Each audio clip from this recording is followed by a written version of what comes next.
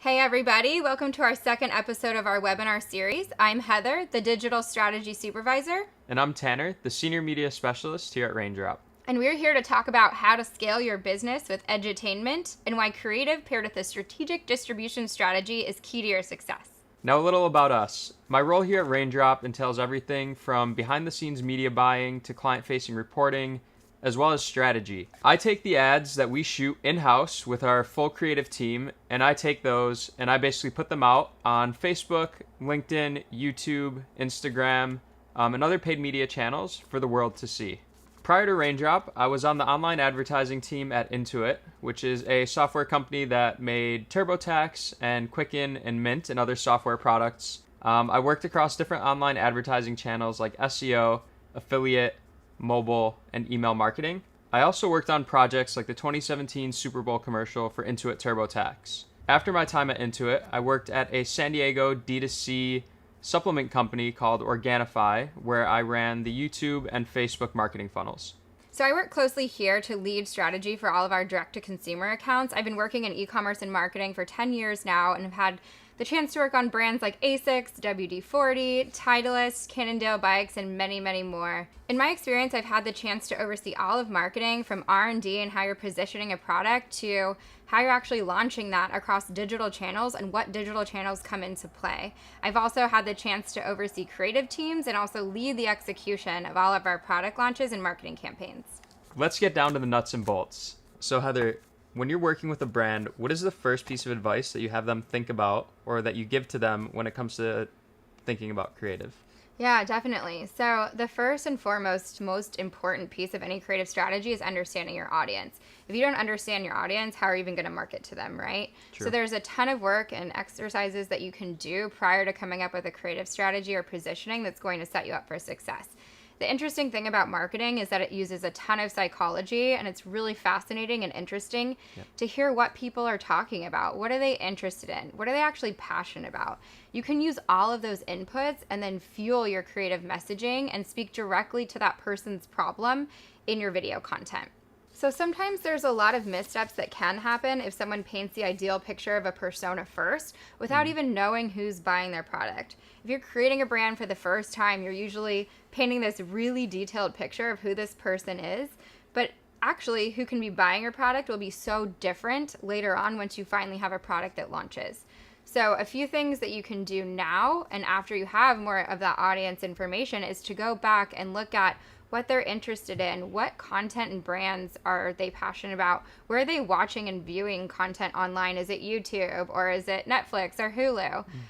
All of those inputs can be really beneficial when crafting your channel strategy in the future. So a lot of times as marketers, we tend to use fluffy language, right? But my role is always speak to someone like they're a kindergartner. You just want to be very direct and very clear in your messaging and communication. Brand marketing and messaging and copy is so imperative and important, but you always want to think about, is this actually something that the consumer is going to understand? Am I talking to them in the way that they're hearing me, right? So think about all of that and try to be very cognizant of clear messaging in your marketing. Yeah, definitely. And it goes back to the old saying of that KISS where it's keep it simple, stupid. And that plays a role here too. Absolutely. All right. So Heather, once you have gotten into the weeds and discussed with a brand of how they can understand their audience, what are some ways that these brands or that we help brands here at Raindrop really research their audience and understand who they're targeting? Yeah, so this can be a kind of long and tedious process, but it's very beneficial, and there's a few ways that we can go about this. So first, there's a ton of surveys and data that's at our fingertips that we can pay for. Granted, studies can be very expensive, but it's an option. There's other platforms like customer data platforms and software that basically takes a lot of third-party data and puts it up into the system and spits out information that you can then use. So there's some customer data platforms that you can use that basically take a bunch of third-party data and aggregate it together to tell you more about your customer. You can pay for these. There's also some free or less expensive tools that you can leverage. And then social listening tools are also very beneficial. This takes any mention of your brand or a string of keywords across blogs or forums or social media for any public profile and aggregates them together to give you a stream of conversations that people are having about your product or service. SEO tools are also really beneficial. We use SEMrush here at Raindrop, and we love using this because it can show you keyword volume for your competitors and also for terms that you're trying to market with. So what are some of your favorite free tools that we tend to use here at Raindrop? Yeah, absolutely. So we can survey our customers. That's definitely the most easy and simple way to go about things, but you can send post-purchase surveys and basically ask consumers questions about your product and what they love so much about it or what they need more from you as a brand. Google Trends is also fascinating. One of my favorites. Yeah, it's one of our favorites, and we love to see the spike in mentions for a certain term that we're looking for. Like you can see over a course of a year, even more, there's a term that spikes in popularity, or compare that to other terms that you're considering using in your marketing to see what people are actually looking for right now. A few other ones are Google Keyword Planner. That's a free tool that we absolutely love and use. And then Answer the Public. Just go to answerthepublic.com. Little plug to them there. But this is also a nice tool that aggregates questions and queries that people are searching for on Google and gives you a ton of content ideas. My other favorite, this one can be a little more in the weeds and tedious, but looking at social media posts, just read what people are saying on Instagram or, YouTube or Facebook, for example. And you can even pull in your competitor channels and see how people are talking about competitors or what questions they're asking to your competition. That's a way to stay edgy and have a leg up in the game. Another really great one are forums like Reddit, and you can definitely go down a rabbit hole on Reddit. It's crazy how much conversation is happening there, but I always found it really useful. It's just you can type in a certain topic and you're just given threads of information to dig into and really see the language that people are using, I think is most important. And when they're writing paragraphs of content, that's just the best way to get to know your audience. Yeah, Reddit is an interesting one, and like you said, you can go into a rabbit hole, but it's pretty incredible the amount of free information that is out there, and people within certain niches and different demographics where you can really do some digging and also look at the comments within those threads and pull some additional data. Yeah. Another great tool are reviews. Definitely check out your reviews on your own website, and then also check out competitor reviews. What are people's pain points with the product now? What are pain points with the brand now, or their customer experience, which is first and foremost important. You can also use Amazon. There's so many products sold on Amazon. That's a great place to start. Even if you're in stage one of just creating your first e-commerce store, go to Amazon and read through all of those comments and the reviews that people are leaving to get a good understanding of what they really love about a certain product. And then the last one, podcasts. This is another secret tool, but if you're trying to learn more about a specific topic, go ahead and search that topic on just the podcast app on your phone. And there's so many conversations going on there and interviews with experts in that space where if you know nothing about something, you can dive in there and just listen to the way that they're talking to each other. And it's the fastest and quickest way, in my opinion, to get up to speed. For sure. Yeah, and there's lots of great marketing podcasts that are out there where you can dig a little bit deeper and you can find those golden nuggets, even on topics related to this. So you can find there's something for every subject. Yeah, absolutely. So once you've identified your customer and you've done some research, how do you go about creating your brand message and getting out there to those customers? Yeah, definitely. So at Raindrop, we take all of our clients through what's called a brand identity process. And this is an 8-question process that we usually set up in the beginning of any client relationship. And it's about 2 hours of a meeting. But what's really awesome is this is where you get those golden nuggets and what sets you apart from your competition. So how are you different from your competitors and what is unique about you and your brand and your brand voice? Some things that it uncovers are the emotions that customers feel when interacting with your brand. Some examples of questions are, what emotions should customers feel or have when interacting with your brand? If the brand were an actor, who would the brand be and why? And other self-expressive benefits, like by wearing or purchasing your brand, what are customers saying about themselves? Like, what are those self-expressions by buying from you or being associated with your brand or product? So some examples of this, I'm outdoorsy by wearing Patagonia, or I'm economical by owning a Prius. I'm forward thinking by owning a Tesla. And then once this process is complete, we use it to drive all of our creative production in-house. So we formulate what's called a brand identity document, and there'll be some examples scrolling through on the screen. And this is the guiding light and the pinnacle for all of our brand messaging and copy throughout our relationship with our clients. And you always want to go back to this. It's a great reference point when you have new employees starting or you're generating a new marketing campaign or creative. You always have this brand identity to reference back to. And Heather, speaking on the brand identity, do you ever find that shifting with clients? Yeah, I think that it's always great to look back at your brand identity as you evolve and recognize what customers actually want or how their habits might change or their interactions with your product might change. Or let's say you come up with a new product line that's not necessarily within the same category, the same product line that you originally started with. You always want to check yourself and reference back. I think that these can be evolving. It's a great starting point to make sure that your messaging is consistent and cohesive. But go reference back after a year and ask yourself, has anything changed? Or as I'm learning more about what my audience is saying, is there a need to update this now? Awesome. That's super helpful. So what types of creative do you see working now in today's environment?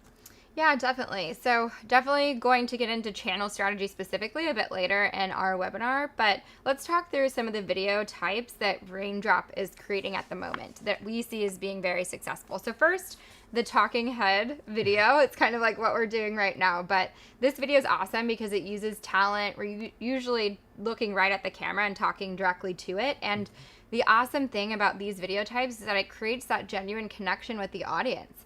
There's talent out there too that has such a high level of energy and they're interesting to watch. And for some reason, the viewer's just drawn into them.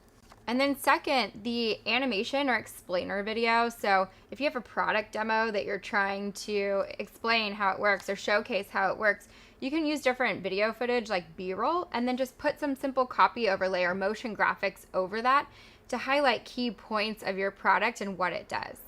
The third type is a slideshow or a mashup style video. So if you have a bank of footage already or UGC, you can stitch that together and create an awesome mashup. Even for customer testimonials, you can create a really highly impactful video, especially for middle of funnel or bottom of funnel content that we'll get into later.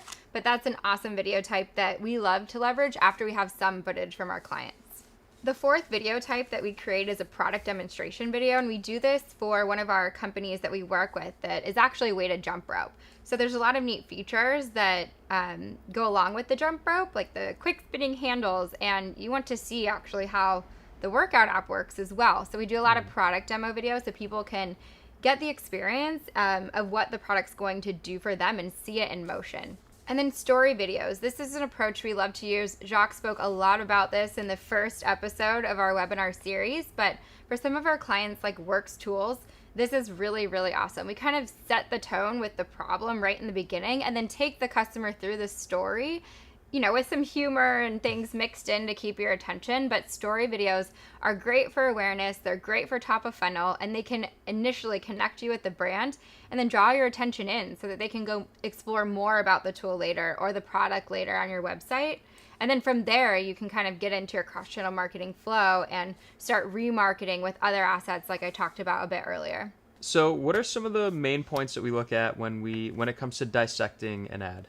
Yeah, so we kind of talked about categories of creative. Now let's get into the ad itself. And the first and foremost, most important piece that we tell any of our clients is know what the offer is. Like, what are you offering to your customers in this advertisement? What is the goal of this ad? I think a lot of the time, if you're not thinking about that, you're getting distracted with creative and copy and everything's coming together separately, but it needs to be looked at as a holistic picture. And what are you trying to communicate to your audience right now? The first and foremost, what's the value add for people? Are you offering a free download, a free consultation? Is it a free webinar? Is it a 10% off discount?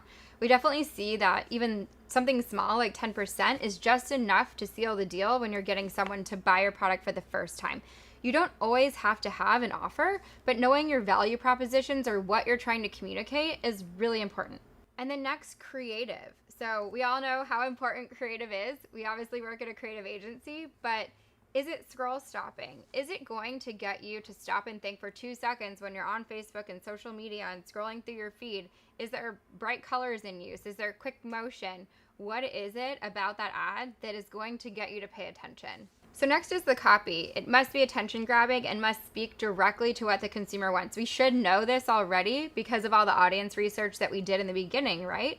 And because of the brand identity exercise and defining your value props and your messaging and your voice. But this needs to nail it on the head. Creative and copy is so important to an ad and how it's constructed and built, and can make all of the difference when all of the elements come together. Now the description of the ad, this is something that's right below the headline when you're viewing an ad on Facebook, but it's a nice place to add any extra value props, or if there's a limited time or exclusive offer, you want to be mentioning that there. It just gives you a little bit more real estate on the ad itself to communicate your messaging and the point. And finally, the CTA. Make sure that you're being really specific on what you're asking of the customer. Is it shop now? Is it learn more? Is it sign up? Just make sure that that's very clear and defined. Okay, so now that we've teed up the creative types that we usually create and what's working right now and how an ad is actually concocted and created, let's talk about how we get that creative and that content out across all digital channels. So Tanner, tell me about YouTube and Facebook. The two primary channels that we're going to discuss today are Facebook and YouTube. With those, I always like to say, what good is a piece of creative if you distribute it to the wrong audience? Or better yet, what good is a piece of creative if you don't know how to distribute it? So imagine this, and a lot of our clients are in this boat prior to coming to us, but imagine you've hired a team of creatives and you've filmed the most amazing, most viral asset ever. It's the best thing that has ever been created. Now imagine, once this piece of creative is finished, you don't know where to distribute it, you don't know who to show it to, you don't know how to generate likes, clicks, shares, comments, virality, and most importantly, you don't know how to generate sales from it.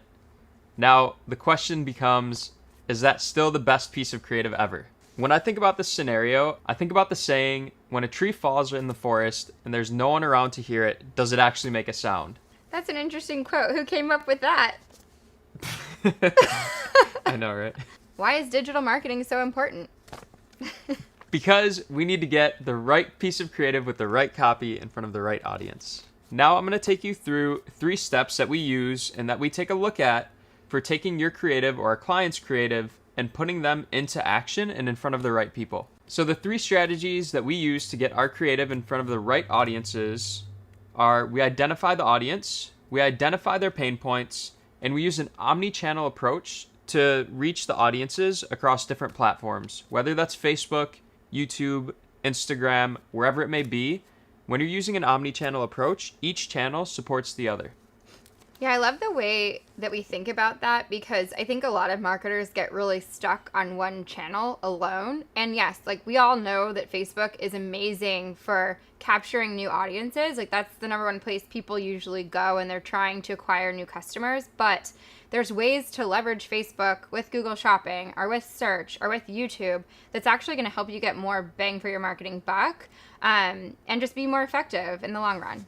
Totally. And we often see with clients that when we have an omni-channel approach and when we're marketing on Google Shopping, when they have email drip campaigns set and in place to fire, and we're acquiring customers, let's say on Facebook, all of those channels support one another, and you can see basically the journey between the paths, and that brings up the whole discussion of attribution as well, which is fun to get into. Oh, yeah. So, Heather, as you mentioned, and as our viewers who are watching this are tuning in and pulling little bits from this, we've obviously defined that if you don't define who your target audience is, it's a recipe for disaster, and it could be a waste of time, a waste of resources, and most of all, a waste of dollars at the end of the day. So hopefully the tips that we go into are going to help you to get your creative out there more efficiently. So it's really important to identify exactly who your audience is. Yeah, it's really important. Sometimes people will create messaging or an ad that's out there, and then they're not seeing those ads actually creating revenue for them, or a ROAS, or return on your initial spend. And there's a number of reasons for that. But if you have your messaging and audience completely off, like that, it can be your marketing. Your marketing's actually the problem. It's not the ad platform. I'd say for the most part, and probably we'd both agree that Facebook is really effective and efficient in advertising. So more often than not, if you're having a problem with ROAS or a problem with return on Facebook, it's your marketing. Totally. And I mean, take a step back also and look at who your audience is and look at if your copy and your creative actually resonates with that specific audience. And as Heather pointed out to some of the numbers or the metrics that we look at, like ROAS, your cost per acquisition, it's going to give you a gauge as to whether that's being effective. And if it isn't, take a look. Is your product appealing to the 25 to 35-year-old young entrepreneur? Is it appealing to the 35-year-old mother who has kids? Is it appealing to a 65-year-old grandparent? All of these things are something that you need to take into consideration when you're actually deploying these assets across Facebook and YouTube. Yeah, definitely. It's like you don't want to be including something in your marketing that's just not important to the audience at hand, right? You don't want to be selling a tie-dye blanket to a 65-year-old when likely the millennial demographic currently is into tie-dye. Yeah. And I think even like the jump ropes, it's a perfect example of when you're launching your creative, that creative is going to resonate with more of a fitness crowd. And when you start looking at the demographics and who those people are, you're going to start to define exactly what your targeting metrics need to be in Facebook and YouTube. So let's start with Facebook. Facebook has seen explosive growth, especially over the last few years, as they've been dialing in their machine learning, their algorithms, and really making it efficient and easy for marketers. And I use the term easy very loosely because there still are nuances to understanding algorithms and getting things to work on Facebook. But it's seen explosive growth specifically because of their targeting capabilities. There's so many different ways to reach customers and define audiences on Facebook that allow you to either go very broad and allow the machine learning to do the work of identifying who your customers are that are most likely to purchase, or you can go very narrow and really get granular with who these people are. So did they complete college? Do they have kids between the ages of 0 to 2 years old? There's tons of different targeting capabilities that we can go through, where I'll share my screen and go through some of the different capabilities that are available. So once we've identified ways to target our audiences, we're ready to launch some Facebook campaigns. And here at Raindrop, we do run media buying services for tons of our clients. And so we're going to unpack some of the top strategies that we use for deploying these assets on Facebook. The first rule that I always live by when launching a campaign is to test, and test some more. So 3 rules in one. When you're testing, there's so many different variables that need to be looked at because, as Heather had mentioned and as we had discussed, you could have fantastic creative, but if your audience is wrong, whether it's the age or the demographic or even the geographic location, if that's wrong on who you're targeting, then it's going to come across as that creative not working, which may not be the case. And so what we find is as we go through, ideally we have that customer persona identified, but there's going to be tweaking on different interests. There's going to be tweaking on different audiences that we're going to use to test and see what resonates with who. Yeah, that's a really good point. I think that something in our experience that we've seen a lot of actually is, we talked about it before, but getting really niche or too niche and limiting yourself to everyone that you can be targeting on Facebook. And in some cases, going broader can be better. If you don't really know where to start, sometimes just letting the algorithm do the work for you and then tell you who's buying your product after you have some data is also a really great way to go. But it's nice that there are the 2 options. Like you can go niche if you really want to, if you're speaking to a hyper-targeted segment of your customers, or if you have no idea where to begin, sometimes testing broad also works. Definitely. And as I had mentioned with Facebook's machine learning and their algorithms, it's gotten so advanced now where we've seen campaigns that have been launched to broad audiences where Facebook's algorithm essentially looks and finds these signals and identifies people who are most likely to be the customer, and it'll go after those specific pockets of people, and it can tend to convert very well. And that's just something that you would never know until you test. And the second rule that I live by on Facebook is retargeting. Facebook is absolutely incredible as a retargeting tool, and it allows companies to really think of retargeting in creative ways. So you can target so many different variables, whether it's someone who has spent a certain amount of time on your website and they fall into that top 25% of people by time spent, which could give you a couple different indicators. It could mean that they've done their research. They've looked on your website, they've looked at the products, gone through some reviews, and they've spent a sufficient amount of time on the site. That can be someone who's primed that you can then create a remarketing audience to, and then you can serve them different types of creative that would fall into that middle of funnel or bottom of funnel types of creative. All right, so next we're going to talk YouTube. Ooh, the fun one. Exactly, and this is Raindrop's specialty. This is where we have helped several clients scale past 100 million views. And it's done through a lot of the things that Heather touched on, the recipe that we use when creating our assets and creating our creative. There's a process to it, and especially in Jacques' episode where he touched on the exact creative process. So YouTube is a blue ocean when it comes to scaling, meaning there's tons of opportunity to reach new users, new customers, new clients.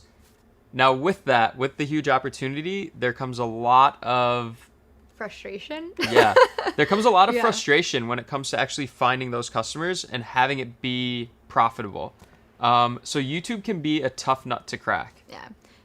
And we definitely think that the reason why this is just Facebook is a bit more advanced with their algorithm in general. Google's algorithm and the way it's set up currently, you'd think it's amazing because it's Google, right? But actually what we found, and what a lot of our clients have found too, that they still have a long ways to go with their advertising capabilities on YouTube and their algorithm in general. It's kind of a loose cannon, so you have to steer it in the right direction, and it does take a long time. Or it can take a long time. Definitely. It can take a lot of time and also a lot of money, especially if you don't have things structured correctly, which is going to be one of the areas that we go into and dive into with YouTube. So we're going to unpack a few different strategies that we've used to find success for our clients here at Raindrop. The first is utilizing YouTube's amazing targeting capabilities. So they have several different types of audiences that we use for targeting, and each one is different. So just at a high level, we have in-market audiences, we have affinity audiences, we can do keyword targeting, custom affinity, customer match, just to name a few. So the second tip is properly segmenting campaigns, targets, and objectives so you can see exactly what is working and focus your ad spend accordingly. Otherwise, with YouTube, I think a loose cannon is the perfect way to describe it. If you don't have things structured properly, then you can end up spending a ton of money and you won't be able to identify where the conversions happened, if any. So when we talk about some of these audiences, I had mentioned in-market, affinity audiences, and customer match. Those are some of the most popular that we use here at Raindrop, and we'll go into a little bit of detail on each.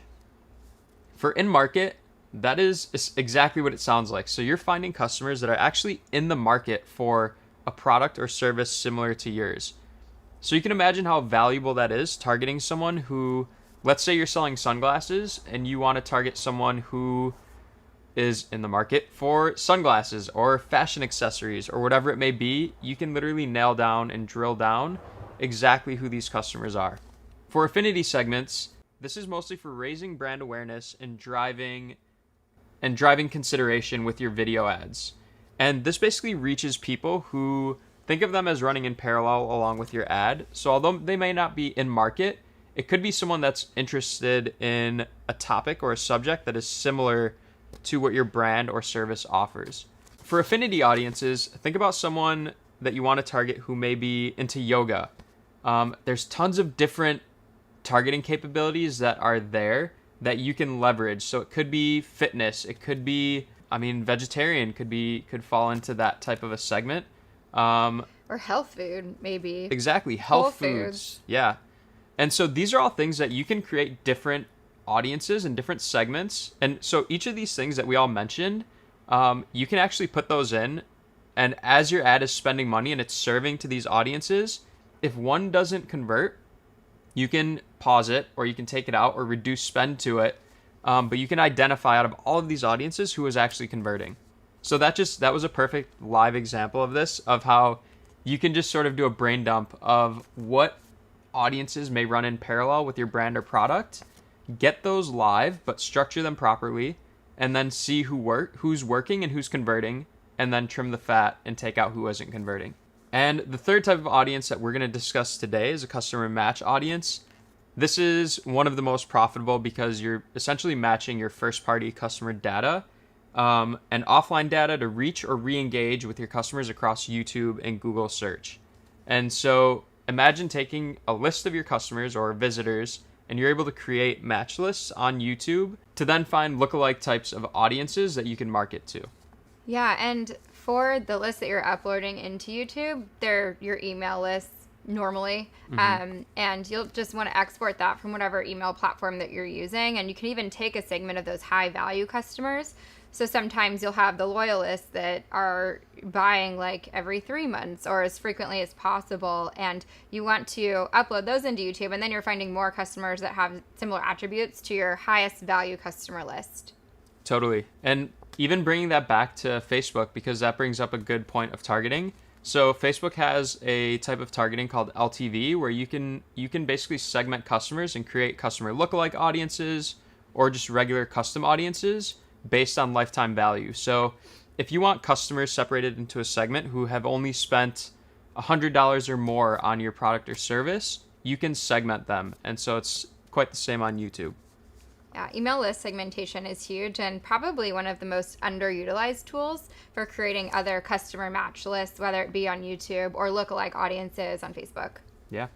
Now that we've given you a pretty cohesive summary of how to create a marketing message across Facebook and YouTube, we're going to dig into a little bit more of the nitty-gritty with some Q&A.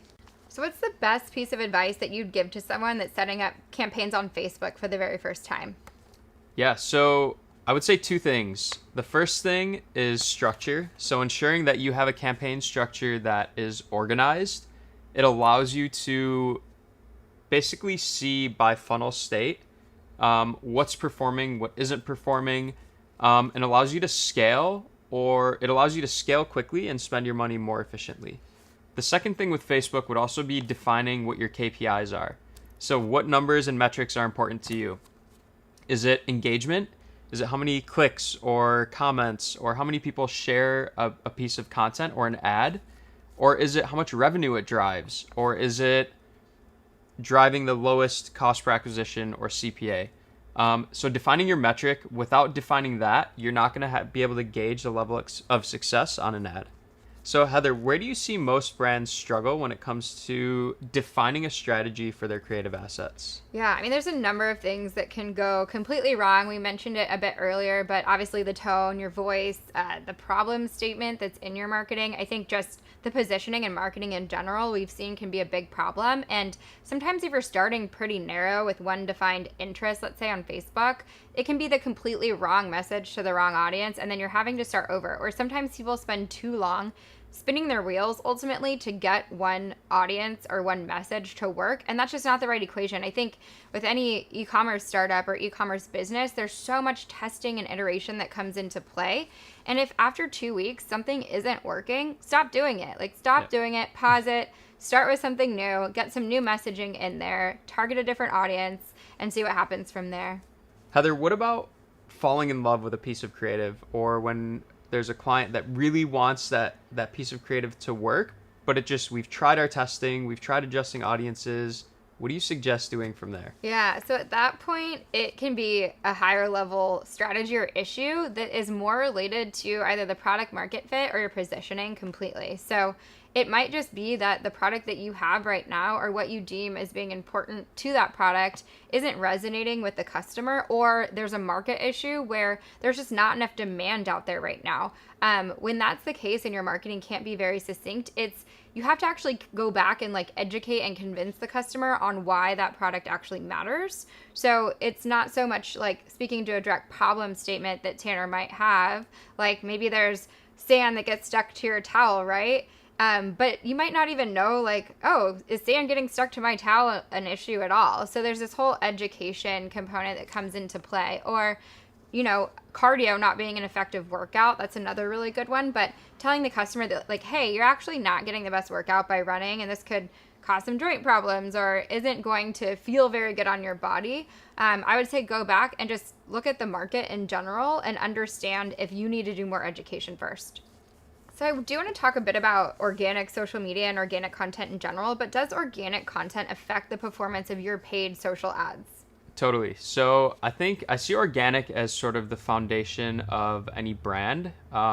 Any sort of organic posting, any sort of organic assets that you create and share it's only going to help to boost the paid ads that you create. And it might not be direct. For example, if someone sees an organic post, they may not get served a paid creative. Yeah. And so there isn't necessarily a one-to-one, but it can help in retargeting. So if people see an organic post and they're engaging and they're already seeing your brand organically, they're much more likely to then engage in a paid advertisement. And let's say they see an organic post that drives to a homepage or a product page on a website. Those people are then put into a custom audience, if you have it set up correctly, that in your paid ads, they're going to start getting served from. So it can only help. Yeah, definitely. I think something that we've done in the past is with your organic content, the whole goal is to get it out there to as many people that are following your page or their friends of fans to use organic content as an acquisition channel. It actually can be used that way. Totally. And with the boosting capabilities that are out there, that's part of your paid strategy. So usually you can put some dollars behind boosting an organic piece of content, like a video, for instance.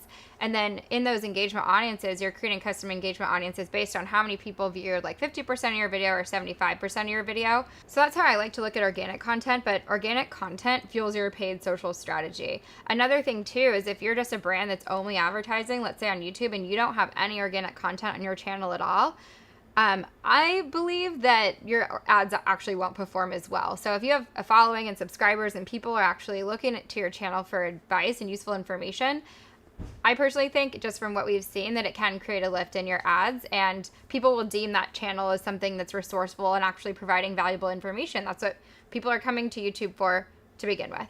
For sure. And especially with YouTube, YouTube will deem your channel as sort of like an authority figure if there's already those organic signals of you putting up organic content and people engaging with it. It's getting views. People are sticking on for a certain amount of time.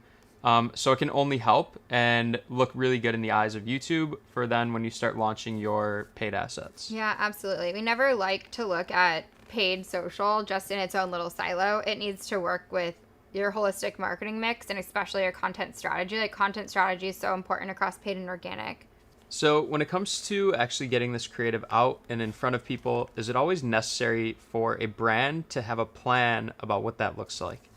So this is an interesting question, and I truly think, like, one, you always want to have some sort of a plan or a roadmap that you're following with your marketing and knowing, like, what you're creating next. Ultimately, it takes time to create content. We know that here. From the beginning of a project to the end can be a few weeks. So I like to have a plan and a roadmap, but also leaving room to be nimble. Sometimes there's a change in the dynamics of the world or the environment that you're in, and you need to change the conversation. So your plan is irrelevant at this point, and as long as you're being nimble with your marketing strategy and allowing yourself to create different creative that can address those problems of what's going on in the world in general, or issues or hot topics that are being discussed, you want to be very conscious of that. I mean, messaging is so key. And yeah, so I think being as nimble as possible and just being really conscious of what's going on in the world and your environment is so key. I've personally loved brands like Lululemon or Nike, and they're bigger, of course, but even smaller brands I've seen have addressed issues right on and shared their perspective, or if they've messed up and potentially hurt or offended somebody, they're acknowledging that. And transparency creates trust, and trust creates brand building. Yeah, and I think smaller businesses have a unique ability and a unique opportunity when it comes to adjusting and adapting, because they don't have all these bigger pieces that a brand like Nike or Adidas may have. And so they can adapt much quicker to changes in the environment, changes in culture, and just really adapt to a changing environment. Yeah, so to round out that question, it's definitely important to have a marketing roadmap and a plan and understand what creative you're trying to implement over the coming months, or what, you know, your paid social plan is. If you see something working, you also want to remain nimble to iterate off of that, or to go back in the feedback loop and maybe revise a piece of creative or content because of the times, right? So I think that I've definitely paid attention a lot to what smaller brands are doing and bigger brands alike. But as long as you can stay nimble and adjust quickly, and also just stay conscious, be conscious of the times and what's happening in the world. So Tanner, how often do you recommend optimizing your campaigns on paid social? Yeah, so I have time set aside every morning where I actually go in and I do a performance check on all the campaigns. So depending on how many different things that you have live, I would recommend doing it daily. The nice thing about Facebook specifically, I know YouTube has some capabilities as well, is that you can actually create what's called rules and that run automatically in the background. And so you don't need to sit there and optimize a campaign at all hours of the night, because at the end of the day, these campaigns are running at 1 in the morning, 2 in the morning, or maybe not, but they're running even when we're not. So when we clock out, there's still money that's being spent, and there's still campaigns that are being ran. And so there's different rules that you can set. So let's say a campaign is not performing and it has a CPA that is double our target. What you can do is you can actually create a rule that will pause that ad set or kill that ad set off so that you don't need to go in and manually do it. And this is especially helpful when you have, let's say, 50 ad sets or 100 ad sets that are running, and you're not going to go in and check each one individually. And so having rules is super beneficial, but I always recommend going in maybe once a day or a couple times a day, especially if you're running your own ads, to just do a health check on what's running. Yeah. And it seems like it's so obviously so nice that Facebook can do that for you and automate all of that. But at the same time, it's a machine and it's not perfect. Like there's errors in it. And granted, as humans, we can't be up all night, like looking at every single campaign. So you can rely on Facebook for a lot of it. But you have to spot check. It's not perfect. And so it's funny because there was actually a recent issue with Facebook where they were double counting conversions. And so a lot of people that had these rules in place, let's say to increase budget by 25% at X amount of conversions, it was ramping up their budget without having actual data. Oh no. And so that's an issue that you can run into with these rules. And so that's why I always recommend just always being on top of it and keeping an eye on your ads. Yeah, nice. So what sort of an impact can the right creative and the right assets have on a brand? Oh man, I mean, we've seen it before with some of our personal clients that we work with here at Raindrop, but it can be game changing for a business. I mean, once you finally figure out what that equation is, it's just growth and scale from there. What's really awesome about some of the top of funnel content that we create on YouTube and even on Facebook is that's creating and helping create that connection with your audience. And once you build that relationship with those customers, they're getting to know you across those platforms. And then they can find that they really love your brand. They know what content that you're putting out. They know what they can expect. And you're just building that connection with them for the long term. And once you build relationships with your customers and then continuously nurture that relationship through other cross-channel strategies like email, you're only going to grow from there. So we've seen that creative paired with the right audience and message can be really game changing for our clients. And once you're starting to even see some engagement and performance on an asset or a creative, you're just able to spend a lot more, and that creative can have a long life, especially on YouTube where video content is king, and engaging video content that provides helpful how-tos and that's edutaining. It definitely has a long lifespan. So that's the first place to start, and you can just grow from there. So what does our feedback loop look like here at Raindrop? Yeah, what's really nice is now that we have our own in-house media buying team that's specializing in e-commerce and D2C media and also branded media in general, it's great because we get that feedback instantaneously. We're able to go into all the ads accounts and just look at any given moment how our creative's performing. And what we like to do regularly is not only dive in, we're optimizing campaigns, but take a look at the creative and create our hypothesis around why it performs or why it isn't performing. And there's definitely key metrics and indicators that you can look at and kind of backtrack in Facebook and YouTube to understand what it is about the ad that's not working.